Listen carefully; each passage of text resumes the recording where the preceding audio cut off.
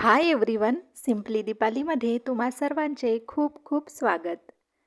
तर संध्याकाळ म्हटलं की आपल्याकडे थोडा निवांतच वेळ असतो. सकाळच्या सारखी कामाची घाई पण नसते. मी पण इथे छान बाहेर बसून निवांतपणे शेंगा खुडून ठेवत आहे. कारण शेंगाची भाजी मला सकाळच्या डब्यासाठी बनवायची आहे. सकाळच्या डब्याची तयारी म्हटलं तर ती आदल्या दिवशीच करून ठेवावी लागते.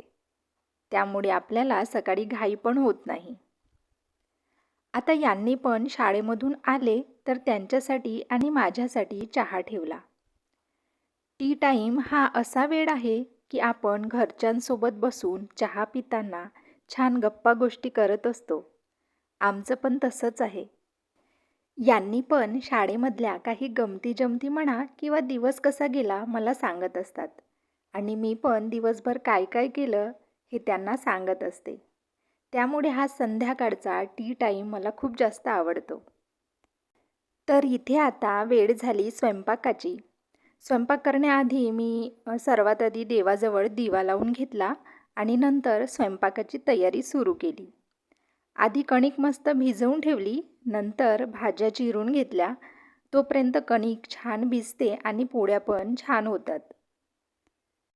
आता मला ह्या मशरूमची भाजी बनवायची आहे. यांनी चहा पिऊन बाहेर फिरायला गेले होते, तर ते हे मशरूम घेऊन आले. आमच्या घराशेजारी शेतं पण लागून आहे आणि मोकळी पण जागा आहे. तिथे त्यांना हे मशरूम दिसले. ते म्हणाले की काही मशरूम हे उमललेले होते, तर त्यांना हे थोडेसेच मशरूम मिळाले, तर ते घेऊन आले. या सीझनमध्येच आपल्याला मशरूम खायला मिळते, त्यामुळे त्याची भाजी पण एकदम टेस्टी लागत असते. त्यासोबतच मी इथे कोबीची पण भाजी बनवून घेते आहे, कारण मशरूमची तर भाजी होणार नाही. कोबीची भाजी म्हटलं की माझ्या मुलीला इतकी जास्त आवडते की कायच सांगू. तिला मी जरी रोज कोबीची भाजी बनवून दिली तरी ती नाही म्हणणार नाही. एवढी जास्त आवडते.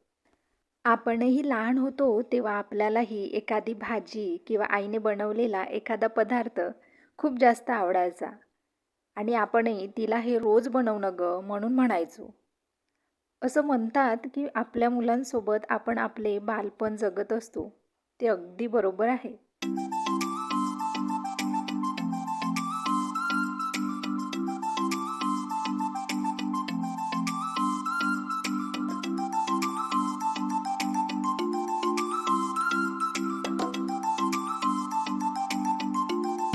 त्यानंतर इथे मस्त दह्याची कढी बनवून घेतली आणि इथे भाजी पण तयार आहे.